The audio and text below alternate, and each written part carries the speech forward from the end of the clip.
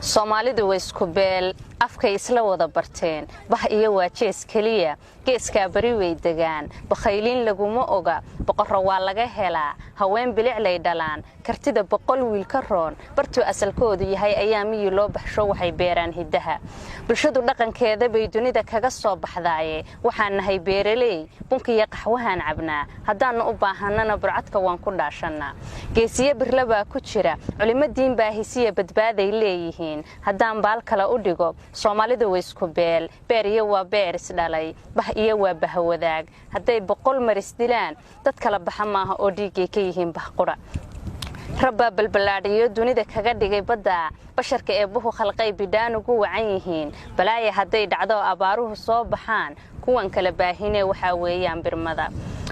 siyaasiga boor kale dantiisa u soo baxsaday si uu been ugu akhriyo bulshada Soomaaliyeed intuu buur kala dhex dhigay ayaa bilyan jeer ka badan haddana way isu